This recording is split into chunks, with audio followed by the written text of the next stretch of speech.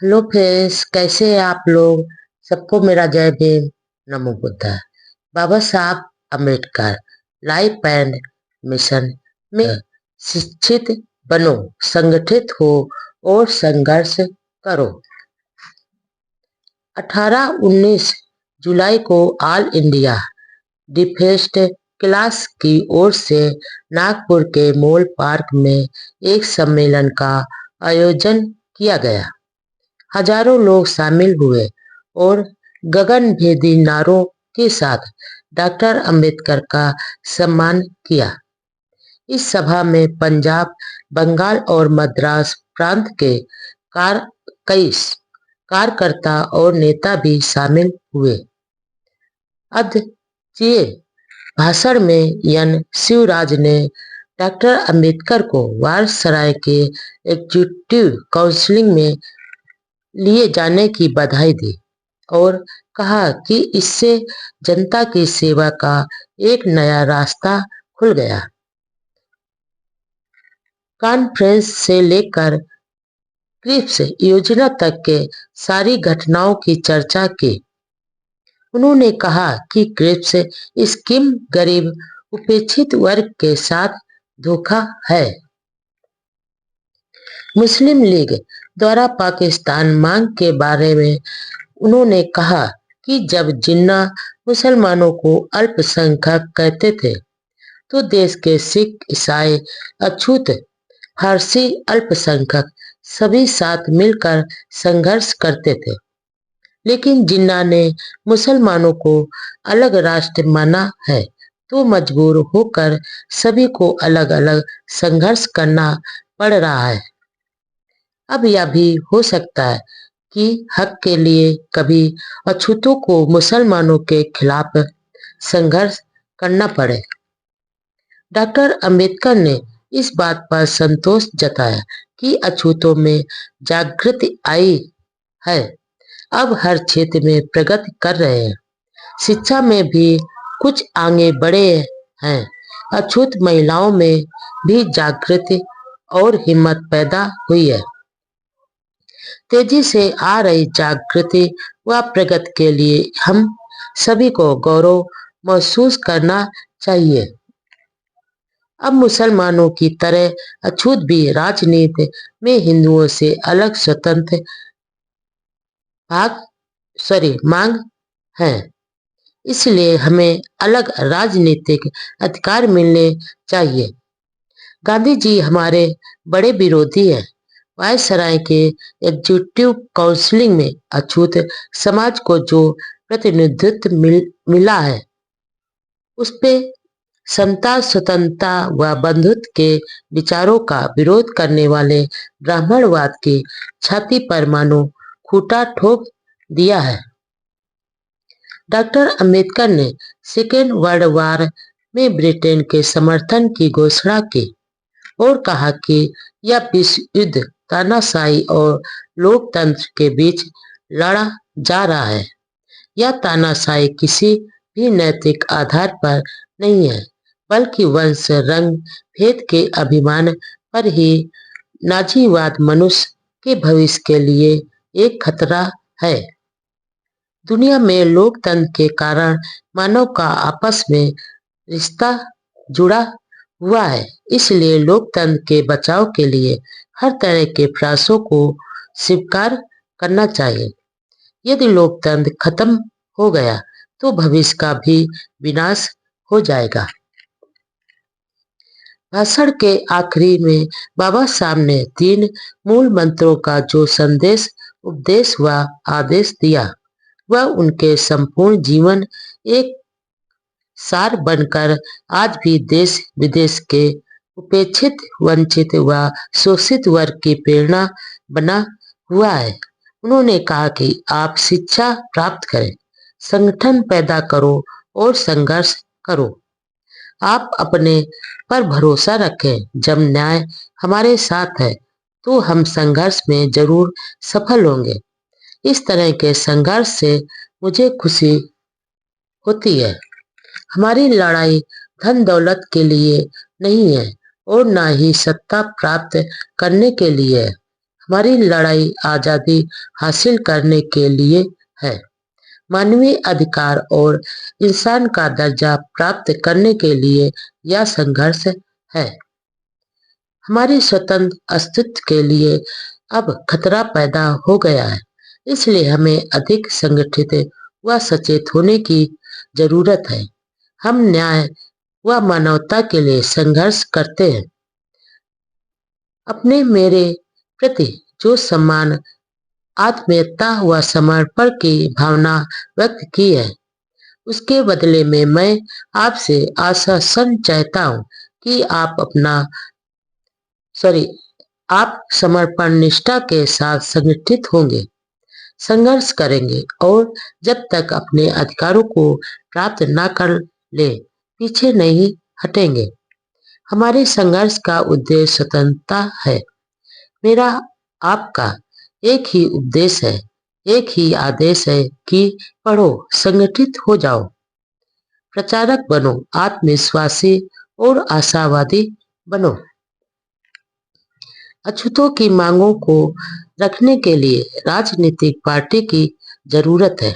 इसलिए इस अवसर पर एक नए संगठन all India scheduled caste federation के गठन की भी घोषणा की, जिसके जनरल सेक्रेटरी बापू साहब राजभोग को बनाया और अछूतों के लिए स्वतंत्र गांव बसाने की तथा सेटलमेंट कमीशन की मांग की गई।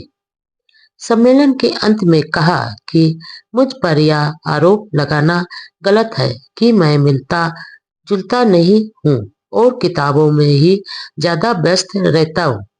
दरअसल मेरे मन में किसी के प्रति घृणा के भाव नहीं है और किसी का अपमान करना भी मेरे मन में नहीं है। मुझे तो बहुत कम समय में ज्यादा काम करना है। ज्यादातर हिंदू मुझे अपना दुश्मन समझते हैं, लेकिन कई ब्राह्मण भी मेरे अच्छे मित्र हैं। लेकिन जो सवर्ण ब्राह्मण मेरे अछूत समाज के साथ कुत्ते बिल्लियां से भी बदतर व्यवहार करते हैं, उनकी प्रगति के सारे रास्ते रोक देते हैं। उनके इस अमानवीय समाज विरोधी व्यवहार पर हमला करना जरूरी है। इसलिए ऐसी दशा में मैं मजबूर हूँ। समाज की प्रगति का आईना है महिलाओं की दशा। नागपुर में ही अमरावती की सुलोचनाबाई डोगरे की अध्यक्षता में दलित वर्ग की महिलाओं का भी एक सम्मेलन हुआ, जिसमें डॉक्टर अंबेडकर ने कहा, महिलाओं का एक ही संगठन हो और यदि महिलाओं को अपने कर्तव्य की पूरी समझ न आए तो वे समाज सुधार का काम प्रभावी ढंग से कर सकते हैं। सामाजिक कुरीतियों को दूर करने में भी महिलाओं ने महान योगदान दिया है। उन्होंने कहा कि वह किसी समाज की प्रगति का अनुमान इस बात से लगाते हैं कि उस समाज की महिलाओं ने कितनी प्रगति की है। उन्हें अब विश्वास है कि पिछड़े वर्ग की स्त्रियां भी अब प्रगति कर रही हैं। आप साफ सुथरा रहना सीखो, बुराइयों से दूर रहो, बच्चों को पढ़ाने लिखाने तथा उनमें अच्छे नागरिक बनने की भावना पैदा करो।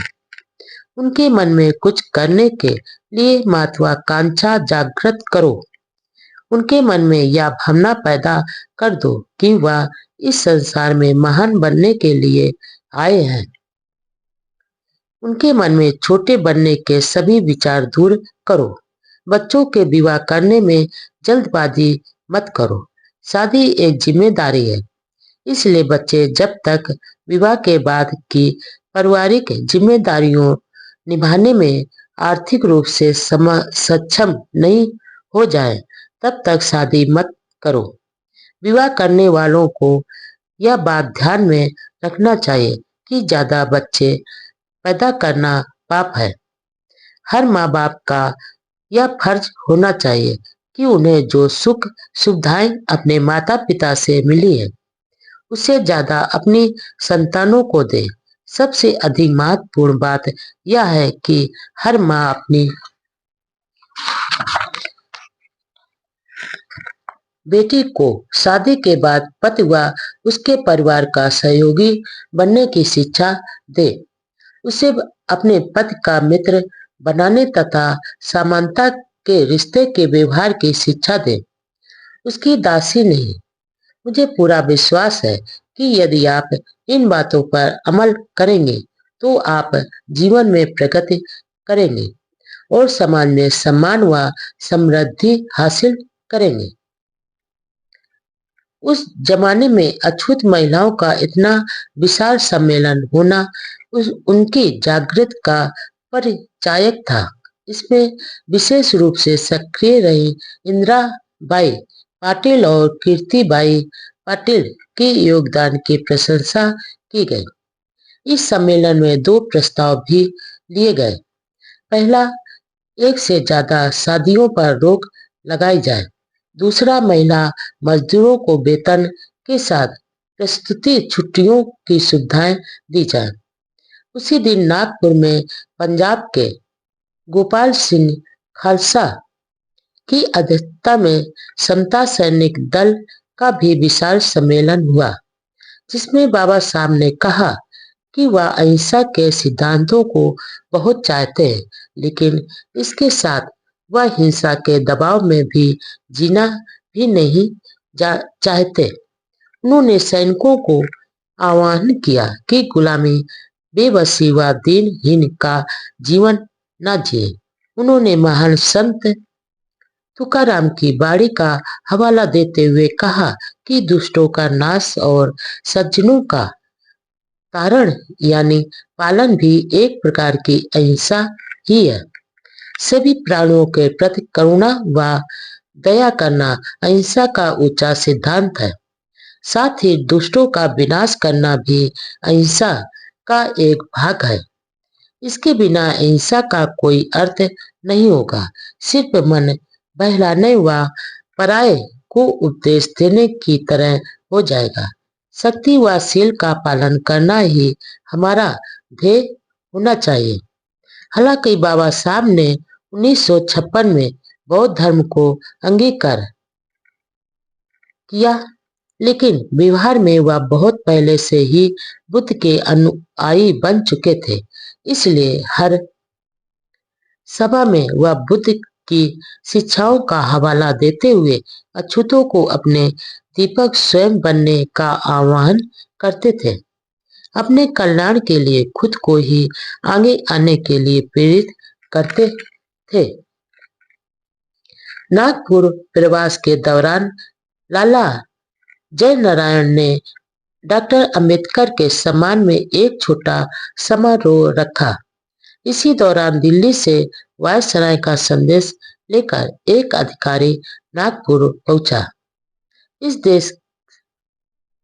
इस संदेश की पालना में 20 जुलाई 1942 को वायसराय की एग्जीक्यूटिव काउंसिल में लेबर मिनिस्टर के रूप में तार द्वारा ही विभाग का कार्यभार ग्रहण किया। जब उस अधिकारी ने स्टेशन के अंदर व बाहर शेड्यूल कास्ट फेडरेशन के सम्मेलन का पता पूछा तो सवर्ण हिंदुओं ने जानते हुए भी मना कर दिया। सवर्णों के इस व्यवहार से उस अधिकारी को बहुत दुख हुआ। दरअसल उस समय डॉक्टर अंबेडकर के प्रति सवर्ण हिंदुओं में घृणा के भाव कूट कूट कर भरे हुए थे। नागपुर से बंबई आने पर दलित समाज की महिलाओं ने आचार्य दोदे की अध्यक्षता में डॉक्टर अंबेडकर सम्मान में एक सभा की। उन्होंने शिक्षित युवतियों की सलाह दी कि वे पढ़ लिख कर सवर्ण युवकों से शादी नहीं करें। सभा में उन्होंने इस बात पर संतोष जताया कि दलित वर्ग की महिलाओं में जागृति आई है। भारत छोड़ो आंदोलन, क्विट इंडिया और अंबेडकर। सेकेंड वर्ल्ड वार का घमासान अभी भी चल रहा था। ब्रिटेन और मुश्किल में था। इधर भारत में इंडियन नेशनल कांग्रेस ने 14 जुलाई 1942 को भारत छोड़ो आंदोलन के लिए प्रस्ताव पास किया, जिसमें भारत से ब्रिटिश सरकार के तुरंत हटने पर जोर था। दिल्ली प्रस्थान करने से पहले 27 जुलाई 1942 को टाइम्स ऑफ इंडिया के साथ एक इंटरव्यू में डॉक्टर अंबेडकर ने कहा, गांधी जी का करो या मरो का आदेश गैर जिम्मेदाराना और मूर्खतापूर्ण है। यह कांग्रेस की गिरती हुई साख को संभालने की कोशिश मात्र है। इधर विश्व युद्ध चल रहा है। बर्बर लोग भारत पर कब्जा करने के नियत से भारत की सीमा के नजदीक तक आ चुके हैं। ऐसी विकट स्थिति में देश में कानून व्यवस्था को कमजोर करना पागलपन है, और यदि विश्व युद्ध में लोकतंत्र की जीत हुई तो भारत की आजादी में कोई रुकावट नहीं डाल सकेगा। इसलिए भारत द्वारा युद्ध में भाग लेने का विरोध करना भारत के साथ देशद्रोह की तरह है। बाबा साहब ने सभी देशभक्त वासियों को अनुरोध किया कि वे अपनी पूरी शक्ति व साधनों के साथ कांग्रेस के असहयोग आंदोलन का विरोध करें। आंदोलन के लिए गांधी जी ने आदेश दिया कि अहिंसा के साथ कांग्रेसी तेजी व उग्र रूप से आंदोलन करें, जिसमें यातायात ठप करना, हड़तालें करना, तार काटना, रेल पटरियां उखाड़ना, छोटे पुल उड़ाना जैसी कार्रवाई पर कोई आपत्ति नहीं जताई।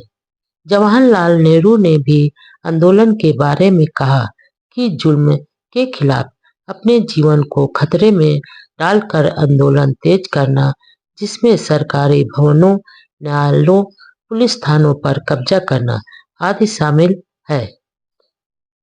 1920 में गांधी जी द्वारा असहयोग आंदोलन वापस ले लेने के व्यवहार को देखते हुए कांग्रेस के प्रमुख नेताओं ने गांधी जी से पहले ही यह वचन ले लिया कि हिंसा के भड़क जाने की दशा में भी वह आंदोलन को वापस नहीं लेंगे।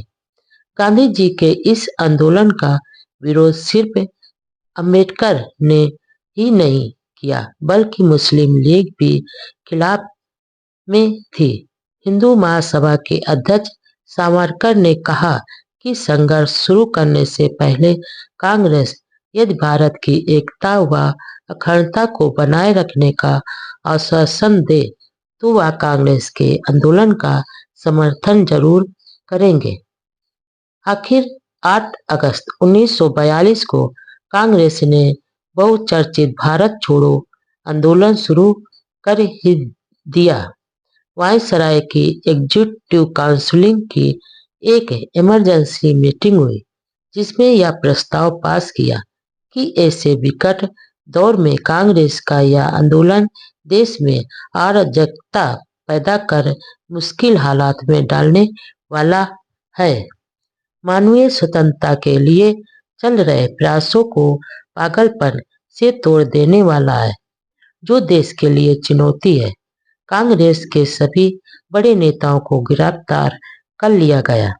इससे जनता में गुस्सा फैल गया और देश के कई प्रांतों में ब्रिटिश सरकार के खिलाफ हिंसक कार्रवाइयां शुरू हो गई। जगह जगह तोड़फोड़ की कार्रवाई होने लगी। सरकार ने उग्र व हिंसक आंदोलन को रोकने के लिए कठोर कदम उठाए, जिससे देश भर में हाहाकार मच गया। देश में कुछ सप्ताह अव्यवस्था के हालात बने रहे। आखिर सरकार ने पूरी ताकत का प्रयोग कर आंदोलन को दबा दिया। इस आंदोलन से मुस्लिम दूर ही रहे। हिंदू महासभा के समर्थक भी तटस्थ रहे और आंदोलन में भाग नहीं लिया। डॉक्टर अंबेडकर अनुयायी अछूत समाज के लोगों ने भी आंदोलन में भाग नहीं लिया। इस प्रकार गांधी जी के नेतृत्व में शुरू किया आंदोलन एक बार फिर नाकाम रहा। दरअसल बाबा साहब का सपना कांग्रेस व गांधी के सपनों से बिल्कुल अलग था। 23 अगस्त को दिल्ली में दलित वर्ग हितकारिणी मंडल ने समारोह आयोजित कर डॉक्टर अंबेडकर का सम्मान किया। भाषण में बाबा साहब ने निडरता से कहा, मुझे सत्ता का कोई मोह नहीं है। यहाँ से इस्तीफा देकर बंबई वापस लौट जाऊंगा। बाबा साहब को जान से मारने की धमकियां। इस समय बाबा साहब केंद्र सरकार में महत्वपूर्ण मंत्री पद पर आसीन थे। सारी सुविधाएं आसपास थी, लेकिन उनका व्यक्तिगत पारिवारिक जीवन बहुत मुश्किल में था। आए दिन होने वाले धार्मिक, सामाजिक और अब राजनीतिक घटनाओं के कारण इन क्षेत्र के कट्टरपंथी, रूढ़वादी व राजनीतिक विरोधी डॉक्टर अंबेडकर के जानी दुश्मन बन गए थे। वैसे उन्हें जान से मारने की धमकियां तो शुरू से ही मिलती रहती थी, लेकिन इस समय उनके परिवार पर संकट के बादल घने हो गए थे। जीवन संगिनी रमाबाई का साथ छूट गया था। डॉक्टर अंबेडकर दिल्ली में अकेले ही रहते थे। बेटा यशवंत और दिवंगत बड़े भाई बालाराम का बेटा बंबई में साथ रहते थे। बाबा साहब के विरोधियों द्वारा उनके बेटे व भतीजा पर हमला करने की चिंता हर समय रहती थी। वे दोनों वहां सुरक्षित नहीं थे। बाबा साहब बार बार फोन व पत्र द्वारा उनके हालचाल पूछते और सचेत रहने के लिए कहते थे। भारत छोड़ो आंदोलन शुरू होने के बाद से कई जगह से बाबा साहब को मार डालने की धमकियां दी जाने लगी। 4 सितंबर 1942 को डॉक्टर अंबेडकर ने अपने मित्र एम बी समर्थ को एक चिट्ठी में लिखा, मुझे अपने बंबई के मित्र बहुत याद आते हैं। यहाँ दिल्ली में मेरा कोई मित्र नहीं है और न ही किसी के मेरा मित्र बनने की संभावना है। मेरा स्वभाव व राजनीति दोनों इसके अनुकूल नहीं है। मेरा विभाग बहुत बड़ा है और मुझे व्यस्त रहने के लिए काफी है। पत्र में आगे लिखते हैं, मुझे ऐसे पत्र मिल रहे हैं जिसमें मेरी हत्या करने की धमकियां दी गई हैं। मैं अपने सेक्रेटरी को बता रहा था कि कानून के तहत जब हम किसी को फांसी पर चढ़ाते हैं तो उसको जुर्माने का दंड नहीं दिया जाता है, लेकिन ये हत्यारे मेरा जीवन लेने के साथ बिना टिकट लगाए पत्र भेजकर मेरे पर जुर्माना क्यों करते हैं। इस प्रकार बाबा साहब की जान को हर वक्त खतरा रहता था। महज सत्याग्रह से लेकर अब तक अपनी जान को जोखिम में डालकर ही वह मानवता की सेवा कर रहे थे। आज उनकी बदौलत सुख भोग रहे लोगों को उनकी असहनीय पीड़ा का एहसास होना चाहिए।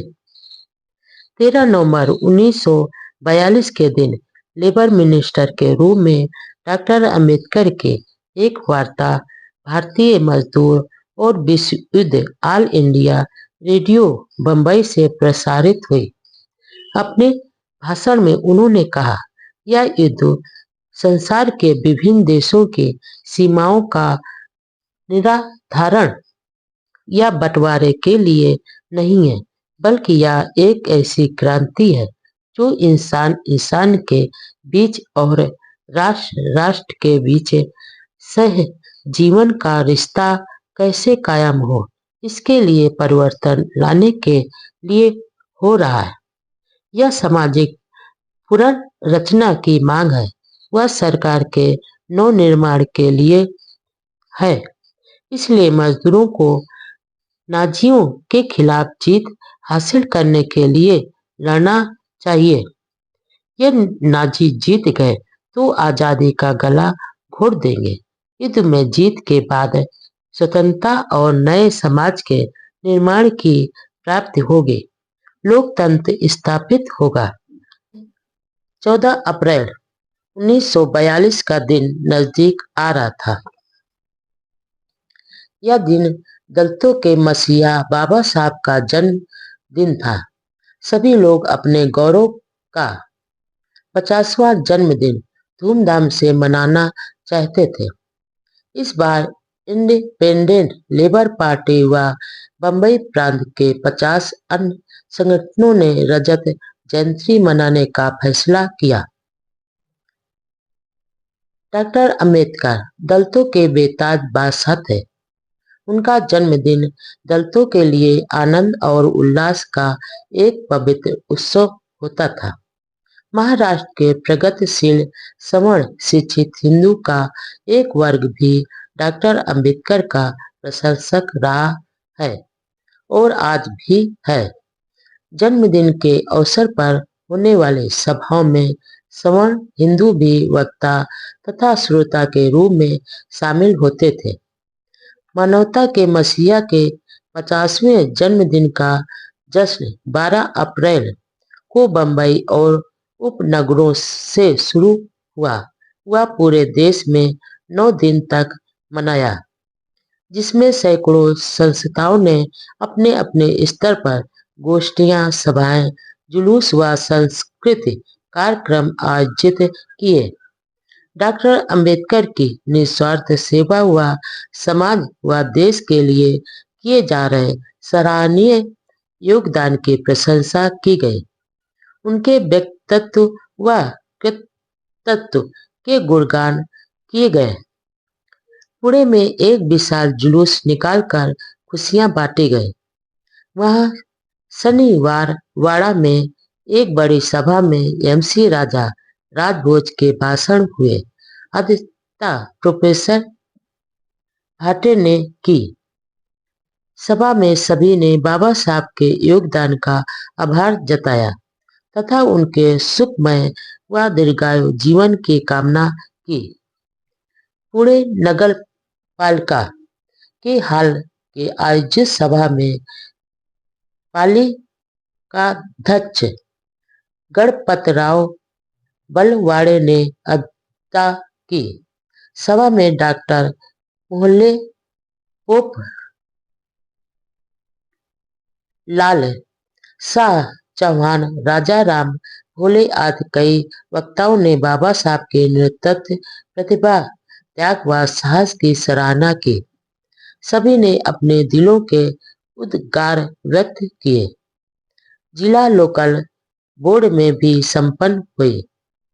जिला मंडल के अध्यक्ष आवटी ने डॉक्टर अंबेडकर की तस्वीर का विमोचन कर अपने भाषण में कहा, डॉक्टर अंबेडकर की तस्वीर लगाने में जिला मंडल को गर्व हो रहा है। डॉक्टर अंबेडकर केवल दलितों के ही नहीं, भारत के श्रेष्ठ नेताओं में से एक है। उन्होंने अपने त्याग से देश की जनता के दिलों में एक सम्मानजनक स्थान बनाया है।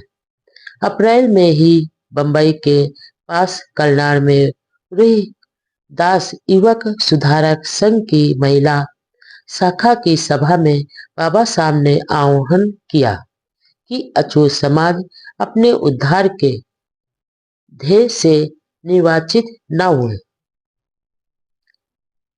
समाज व देश के लिए योगदान की चारों ओर सराहना। जन्मदिन समारोह का मुख्य कार्यक्रम 19 अप्रैल को बंबई की चौपाटी में डॉक्टर एम.आर. जयकर की अध्यक्षता में हुआ। बंबई शहर के हर कोने से भीम के दीवानों की टोलियां गाते नाचते गाजे बाजे के साथ चौपाटी में पहुंची। अपने स्वागत भाषण में षड्यंत्री समारोह समिति के अध्यक्ष आचार्य दोदे ने अपने भाषण में कहा कि डॉक्टर अंबेडकर भारत के महान पुरुष हैं। उन्होंने दबे कुचले वर्ग की निस्वार्थ महासेवा की है।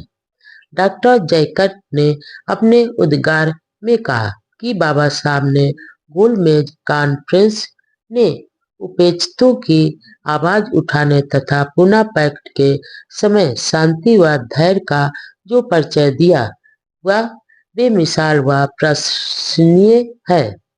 इस अवसर पर एन एम जोशी ने कहा कि मेरा एक समय का विद्यार्थी इतनी महान योग्यता प्राप्त कर सका, यह देखकर मुझे बहुत खुशी होती है। उन्होंने कहा कि डॉक्टर अंबेडकर बहुत होशियार व निर्भीक छात्र थे। उन्होंने कहा कि डॉक्टर अंबेडकर जब चौथी कक्षा में पढ़ते थे तब मैं उनका गुरु था। यह मेरे लिए गर्व की बात है। समारोह में बंबई के शेरीफ एम.आर.ए. बेग ने बाबा साहब को एक महान नेता बताया।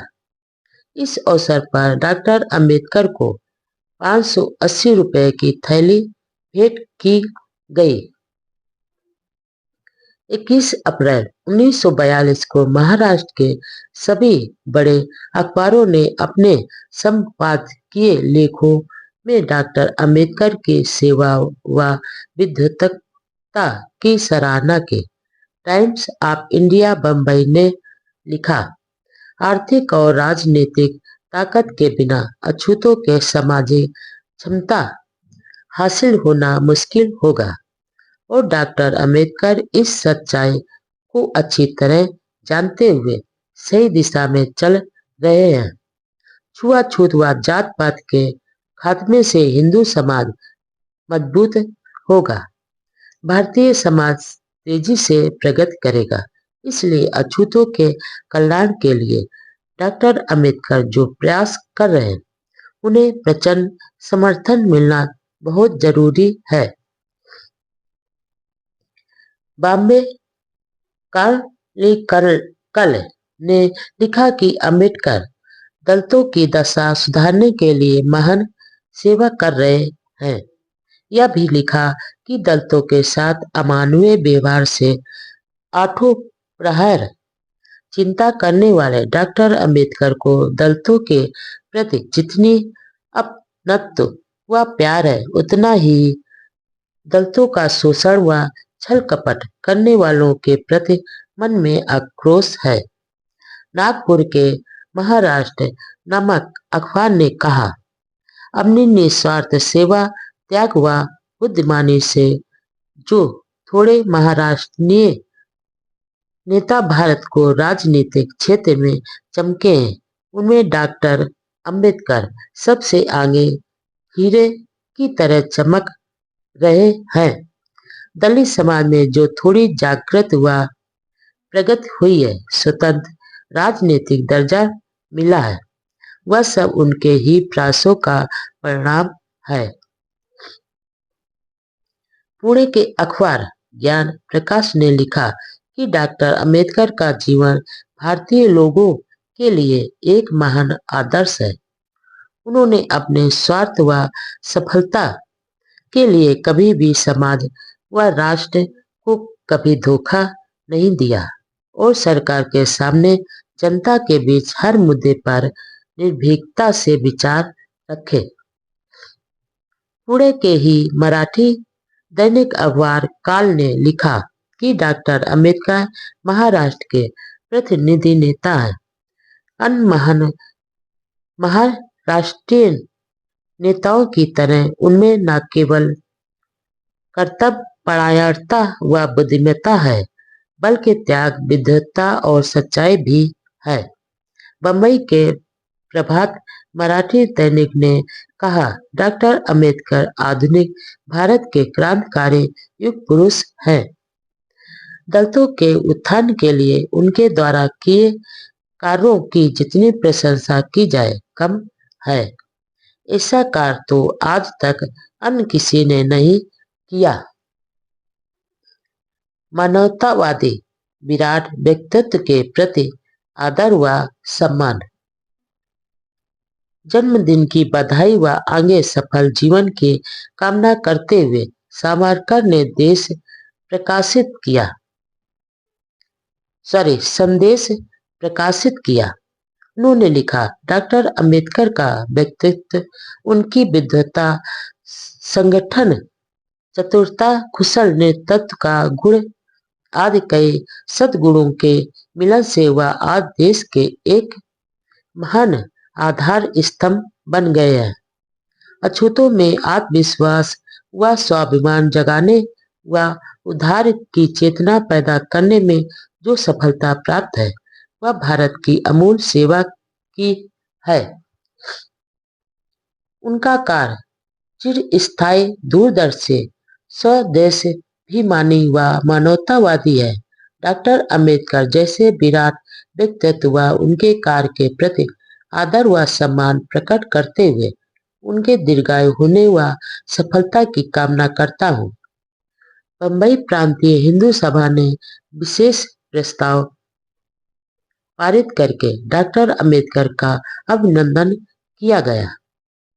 बॉम्बे सेंटिनल अखबार के संपादक हरमन ने लिखा, डॉक्टर अंबेडकर अपनी महान योग्यता, बुद्धिमत्ता, देश सेवा और दलितों के उत्थान के लिए की सेवा के कारण ही देश के उच्च कोटि के नेतृत्व पद पर आसीन हुए हैं। उनका कार्य विश्व के जो लोग मानवीय हकों के लिए संघर्ष कर रहे हैं, आजादी की लड़ाई लड़ रहे हैं, उनके लिए और खास तौर से भारत के लोगों के लिए सामान्य व प्रेरणादायक होगा। बाबा साहब की गोल्डन जयंती समारोह की आखिरी सभा परेल बम्बई के कामगार मैदान में हुई। अध्यक्षता एम.बी. दोदे ने की। विशाल जनसमूह को बाबा साहब ने विनम्रता से अनुरोध किया कि अब उनका जन्मदिन मनाना बंद करो, क्योंकि मेरा यह मानना है कि जो समाज किसी मनुष्य को परमात्मा बनाकर जय घोष करता है वह समाज विनाश के मार्ग पर चलने लग जाता है। उन्होंने कहा कि कोई भी व्यक्ति अप्राकृतिक शक्ति नहीं बल्कि अपने अच्छे बुरे प्रयासों से ही आगे बढ़ता है या गिरता है। नेता योग हो तो उनके प्रति आदर प्रकट करने में कोई हर्ज नहीं है, लेकिन मनुष्य को परमात्मा बनाकर पूजना विनाश का मार्ग है। इसमें नेता के साथ उनके अनुयायियों का भी पतन होता है। इसलिए मेरा अनुरोध है कि मेरा जन्मदिन मनाने की प्रथा बंद कर दी जाए।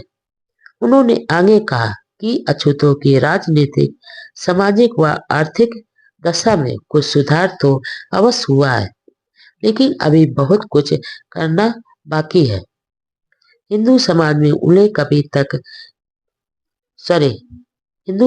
उन्हें अभी तक बराबरी का दर्जा नहीं मिला, इसलिए दलितों का संघर्ष जारी रहेगा। महर व नासिक के आंदोलन सामाजिक बराबरी व स्वाभिमान के लिए किए गए संघर्ष थे। अपने ओजस्वी भाषण में बाबा साहब ने ब्रिटिश सरकार को चेतावनी देते हुए कहा कि अछूत समाज हर ऐसी योजना का कड़ा विरोध करेंगे जिसमें उनके मानवीय अधिकारों को स्वीकार नहीं किया जाएगा। साथ में उन्होंने हिंदू समाज को भी आगाह किया, यदि अछूतों को बराबरी का हक देने को तैयार हैं तो अछूत उनके हर संघर्ष का साथ देगा।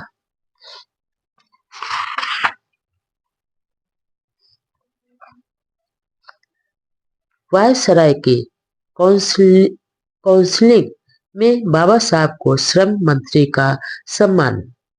वर्ष 1942 में जून के तीसरे सप्ताह में यह अखबार मिली कि भारत के वायसराय ने अपनी एग्जीक्यूटिव काउंसिल के सदस्यों की संख्या बढ़ाने का फैसला किया है। काउंसिल में sir C P. Ramaswamy Iyer, sir Mohammed Usman, doctor Ambedkar, sir J P. Srivastava और सरदार जोगिंदर सिंह को शामिल किया गया। 2 जुलाई 1942 को वायसराय हिंद ने इन नियुक्तियों की घोषणा की और काउंसिल में 5 यूरोपीय व 14 भारतीय मंत्री हो गए। 2 जुलाई 1942 को डॉक्टर अंबेडकर को एक एग्जीक्यूटिव काउंसिल का सदस्य नियुक्त कर लेबर डिपार्टमेंट सौंपा गया। यह एक ऐतिहासिक घटना थी जिससे विशेष रूप से दलित समाज में उत्साह व उल्लास का वातावरण पैदा हुआ। डॉक्टर अंबेडकर को देश का शासन चलाने वाले मुख्य एग्जीक्यूटिव काउंसिल में लेबर मिनिस्टर बनाना एक अभूतपूर्व घटना थी। भारत के इतिहास में अछूत समाज के 2 जुलाई 1942 को डॉक्टर अंबेडकर को एग्जीक्यूटिव काउंसिल का सदस्य नियुक्त कर लेबर डिपार्टमेंट सौंपा गया। यह एक ऐतिहासिक घटना थी जिससे विशेष रूप से दलित समाज में उत्साह व उल्लास का वातावरण पैदा हुआ। डॉक्टर अंबेडकर को देश का शासन चलाने वाले मुख्य एग्जीक्यूटिव काउंसिल में लेबर मिनिस्टर बनाना एक अभूतपूर्व घटना थी। भारत के इतिहास में अछूत समाज के किसी भी व्यक्ति को देश की राज सत्ता में इतना बड़ा अधिकार पद इससे पहले कभी भी नहीं मिला था। भारत के इतिहास में शूद्रों के राजा होने के तो कई उदाहरण हैं, लेकिन मंत्री पद के उदाहरण नहीं है। मौर्य व नंद वंश भी शूद्र ही थे, लेकिन सभी के मंत्री ब्राह्मण ही होते थे। भारत के इतिहास में केवल अलाउद्दीन खिलजी का मंत्री खुसरो एक ऐसा उदाहरण है जो शूद्र था और इस्लाम ग्रहण कर मुसलमान बन चुका था। डॉक्टर अंबेडकर के मेहनतकश वर्ग मजदूरों, किसानों की समस्याओं के प्रति विशेष रुचि व उनके लिए कुछ करने की शुरू से ही लगन के कारण श्रम विभाग दिया गया। उन्हें लेबर पीडब्ल्यूडी और माइंस डिपार्टमेंट दिए गए। वायसराय के काउंसिल के मंत्री पद पर नियुक्त किए जाने वाले डॉक्टर अंबेडकर पहले लोक नेता थे। इस पद पर वे किसी अन्य भारतीय व्यक्ति की तुलना में अधिक योग्य थे। उन्हें दुनिया के मजदूर आंदोलन, मजदूरों की समस्याओं और इनके कल्याण के संबंध में देश विदेश के कानून कायदों का पूरा ज्ञान था। सबसे विशेष बात यह कि देश का शासन चलाने वाले मुख्य काउंसिल में नियुक्त किए जाने वाले डॉक्टर अंबेडकर ऐसे व्यक्ति थे जो एक सामाजिक विद्रोही थे। साथ में उन्होंने समय समय पर ब्रिटिश सरकार के शोषण के खिलाफ आवाज भी उठाई थी। मजदूरों की दयनीय दशा में सुधार का वादा। डॉक्टर अंबेडकर की नियुक्ति उनकी योग्यता, क्षमता, ज्ञान व अनुभव के विराट स्वरूप को देखते हुए हुई थी। यह पद उनके लिए कोई बड़ा पद नहीं था, लेकिन इसके बावजूद समाज में यह फुसफुसाहट जरूर थी कि एक अछूत को इतना बड़ा पद मिला था। देश की जनता व अखबारों में भी इस नियुक्ति की खूब चर्चा हुई। कांग्रेस के समर्थक अखबारों ने अलग ढंग से आलोचना की। हमेशा स्वतंत्र विचार रखने वाले डॉक्टर अंबेडकर को सरकार ने स्वीकार किया, लेकिन उनसे यह उम्मीद भी नहीं थी कि बाबा साहब इस पद पर सिर्फ रबड़ की मुहर ही बने रहेंगे। टाइम्स ऑफ इंडिया ने लिखा कि देश के इतिहास में यह पहला अवसर है कि भारतीय सरकार के कार्यकारिणी समिति में एक अछूत को लिया गया है। संडे स्टैंडर्ड अखबार ने कहा कि डॉक्टर अंबेडकर को मंत्री पद मिलना उचित ही है, क्योंकि उनका सारा जीवन गरीबों और मजदूरों के हित के लिए व्यतीत हुआ है। इस गौरवशाली नियुक्ति पर डॉक्टर अंबेडकर को देश विदेश से ढेरों बधाई संदेश मिले। बधाई भेजने वालों में वीर सावरकर, सर तेज बहादुर, सरफू लोकनायक, अन्य सर सुल्तान अहमद, महाराजा बीकानेर, बम्बई के जज चिमन चिमन्ना लाल, सितलावाड़ राय बहादुर, एमसी राजा आदि प्रमुख थे। 5 जुलाई 1942 को doctor Ambedkar national defence council की बैठक में भाग लेने के लिए बम्बई से दिल्ली पहुंचे। इसमें भाग लेने के बाद 11 जुलाई को बम्बई लौटे। बम्बई पहुंचने पर उनके मित्रों और शुभचिंतकों ने 15 जुलाई को रेडियो क्लब बम्बई में एक शानदार दावत दी। उसमें आचार्य दोदे व अन्य मित्रों ने डॉक्टर अंबेडकर द्वारा चलाए संघर्ष का बखान किया और उन्होंने जो कष्ट भोगे उसका मार्मिक वर्णन किया। सभी ने आशा व्यक्त की कि डॉक्टर अंबेडकर दलित वर्ग को गुलामी से मुक्त कर भारतीय मजदूरों की दयनीय दशा में सुधार के लिए हर संभव कोशिश करेंगे।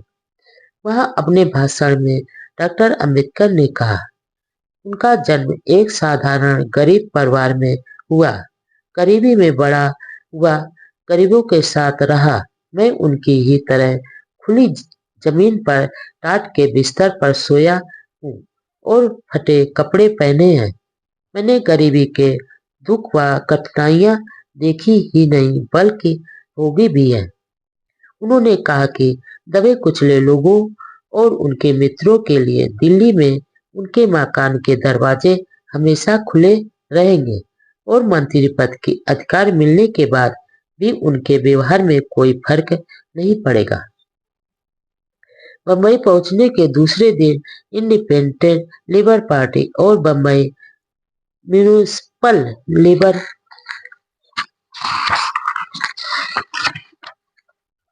यूनियन ने अपने नेता के सम्मान में एक सभा का आयोजन किया। ऐसी एक अन्य सभा RM. Bhatt high school Bombay में हुई, जिसमें हजारों मजदूरों ने अपने प्रिय नेता को बधाइयां दी। सभा में बाबा साहब ने कहा कि भारत के मेहनतकश मजदूर वर्ग के हित, प्रगति और उनके हकों की रक्षा के लिए जो कार्य कई वर्ष पहले शुरू किया है उसे पीछे नहीं जाने देंगे। उन्होंने यह भी कहा कि सारे मजदूरों की समस्या एक है, इसलिए सवर्ण हिंदू मजदूरों को अछूत मजदूरों के प्रति अपनी सोच में बदलाव करना चाहिए और मिलकर संघर्ष करने के परिणाम अच्छे ही होते हैं। वर्ष 1941 चल रहा था और सेकेंड वर्ल्ड वॉर का घमासान अधिक तेज हो गया था। ब्रिटिश सरकार का सारा ध्यान युद्ध जीतने की ओर था। अतः वायसराय लॉर्ड लिनथगो ने अपनी एग्जीक्यूटिव काउंसिल में कुछ भारतीय मेंबर लेने और भारतीयों की ही सलाह मशवरा से सुरक्षा सलाहकार समिति की स्थापना करने की घोषणा की। 7 अन्य सदस्यों के साथ डॉक्टर अंबेडकर को डिफेंस एडवाइजरी कमेटी का मेंबर बनाया गया। कमेटी में जमनादास मेहता, सीपी रामास्वामी व दलित नेता एमसी राजा भी थे, लेकिन दलित व सिख समाज ने मांग की कि एग्जीक्यूटिव काउंसिल में भी उनके प्रतिनिधि लिए जाएं। इस अन्याय पर डॉक्टर अंबेडकर ने विरोध जताया। हालांकि ईस्ट इंडिया कंपनी में अछूत महारों की बटालियन थी और महार बहादुरी के लिए प्रसिद्ध भी थे, लेकिन बाद में अछूतों का सेना में भर्ती करना बंद कर दिया। बाबा साहब लंबे समय से अछूतों की सेना में भर्ती के लिए संघर्ष कर रहे थे। इस बार वह फिर बंबई के गवर्नर से अछूतों की बटालियन स्थापित करने का अनुरोध किया और गवर्नर ने सहर्ष मान भी लिया। उस समय डॉक्टर अंबेडकर ने आह्वान किया कि अछूत बहादुर अपने देश की सुरक्षा और अपने हित के लिए इस अवसर का लाभ उठाकर सेना में भर्ती हुए। थोड़े ही दिनों में फिर से महार बटालियन खड़ी कर दी गई। उस समय वीर सावरकर ने वायसराय को तार भेजकर मांग की कि डॉक्टर अंबेडकर को एग्जीक्यूटिव काउंसिल में लेवें। उन्होंने डॉक्टर अंबेडकर के प्रयासों की सराहना करते हुए कहा कि डॉक्टर अंबेडकर के मार्गदर्शन में महार बंधुओं में सैनिक, लड़ाकू व बहादुर प्रवृत्ति का फिर से उजाला होगा और उनकी शक्ति का उपयोग राष्ट्र निर्माण में होगा। उनका कहना था कि भारत एक लड़ाकू राष्ट्र बने। अछूतों की समस्याओं के संबंध में हरे गांव में हुई सभा के प्रस्तावों पर बंबई सरकार ने कोई ध्यान नहीं दिया, तो अगस्त 1941 में सिन्नर में वतनदार महारों की एक विशाल सभा हुई।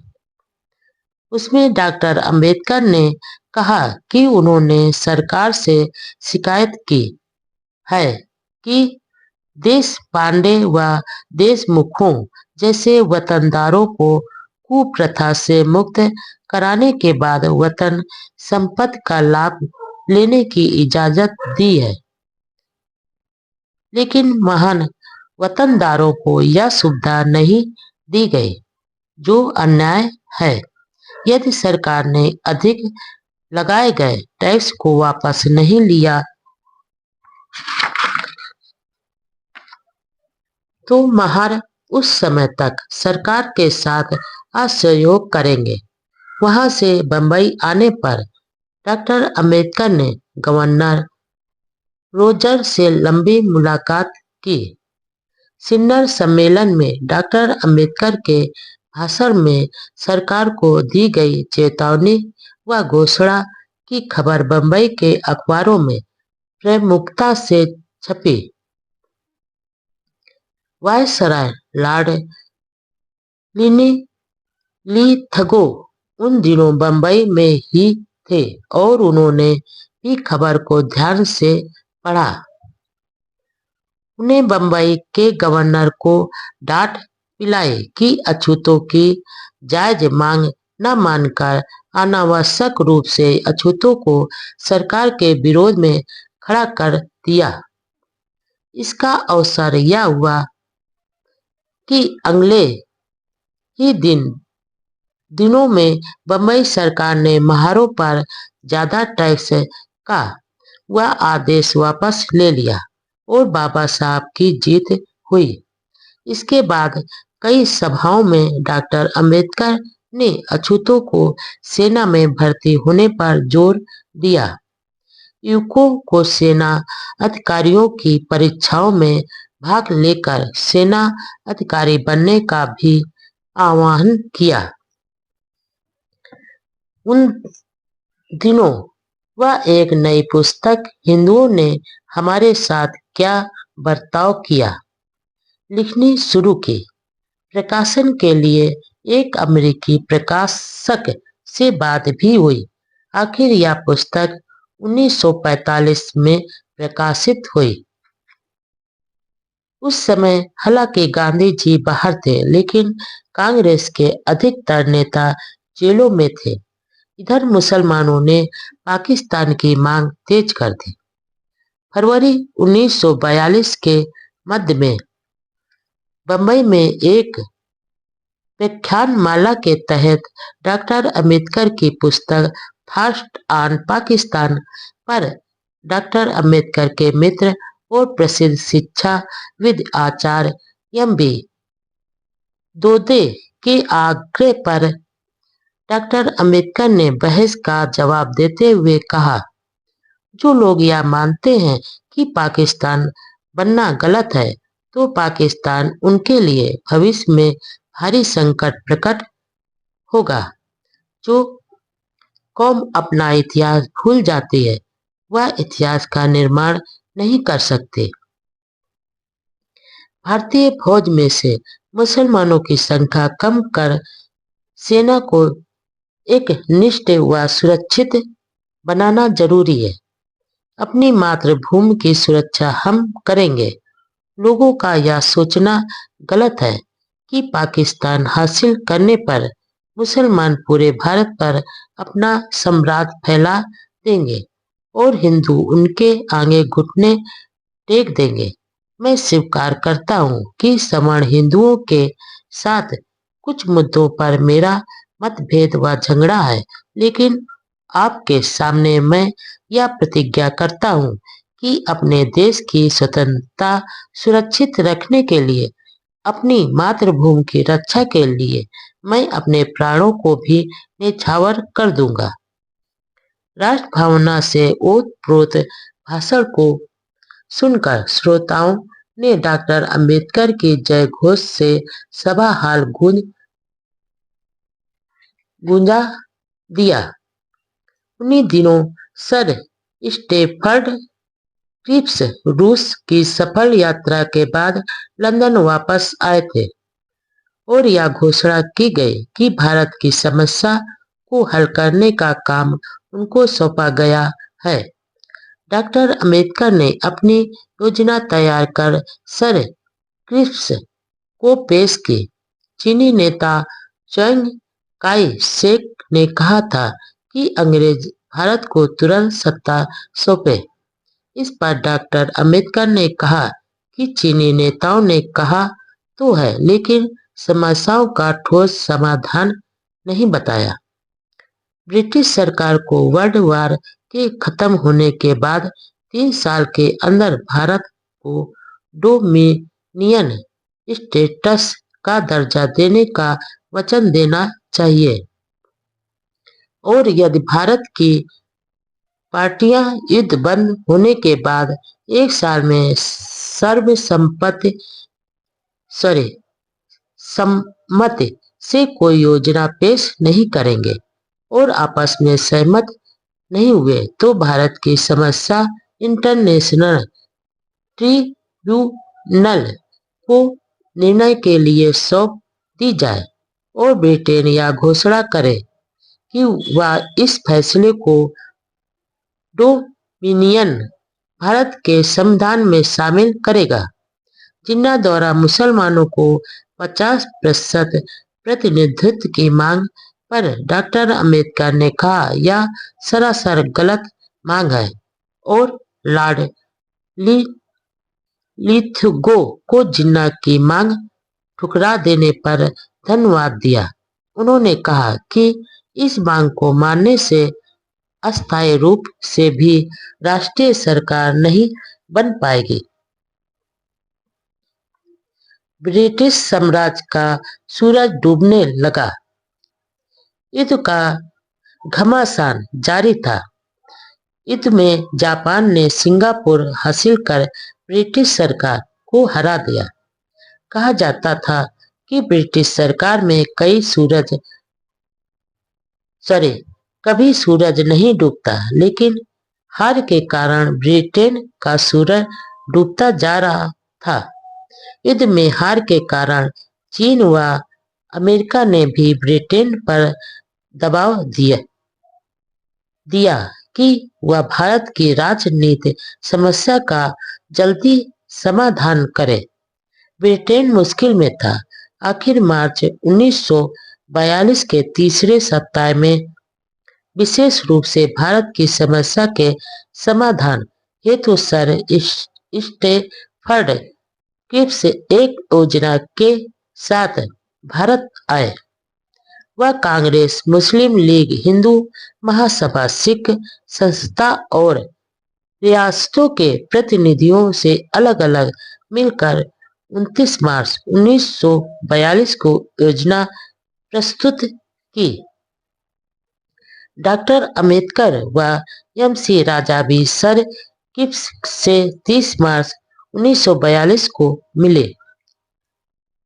क्रिप्स योजना का सार यह था कि सेकेंड वर्ल्ड वार के खत्म होते ही भारत में संविधान समिति बुलाई जाए तो रियासतों के सहयोग से एक नया संविधान बनाए। लेकिन स्कीम में प्रांतों को भारत यूनियन यानी संघ राज्य में शामिल होने या बाहर रहने का अधिकार दिया जाए और अंत में संविधान समेत ब्रिटिश सरकार के साथ एक समझौता करे। क्रिप्स योजना का नाम स्वभाव निर्णय बताया गया, जिसका मतलब यह था कि प्रांतों को भारतीय संघ से अलग होने का अधिकार है। इसमें दो राष्ट्र के सिद्धांत थे, लेकिन इसमें अछूतों की पूरी उपेक्षा की गई। यहाँ तक कि डॉक्टर अंबेडकर से राय मशविरा किए बिना अछूतों संबंधी सरकारी विज्ञप्ति प्रकाशित कर दी गई। क्रिप्स योजना के तहत दिए आश्वासनों पर गांधी जी ने कहा, यह डूब रहे सरकारी अधिकोष द्वारा दिया गया अगली तारीख का चेक है। इस योजना को लगभग सभी पार्टियों ने अस्वीकार कर दिया। सावरकर ने कहा, यह भारत के टुकड़े करने वाली योजना है। मुस्लिम लीग ने इस योजना में पाकिस्तान के पक्ष में कोई ठोस घोषणा नहीं होने के कारण अस्वीकार कर दी। कांग्रेस इस बात पर ज्यादा ध्यान नहीं दे रही थी कि इससे देश के टुकड़े हो जाएंगे। कांग्रेस के नेता तो फटाफट सत्ता की कुर्सी पर बैठने के लिए उतावले थे। वे भारत के विभाजन की गोली तो गलतीवश गटक गए, लेकिन रक्षा विभाग भारतीय लोगों को मिलना चाहिए इस बात पर अटक गए।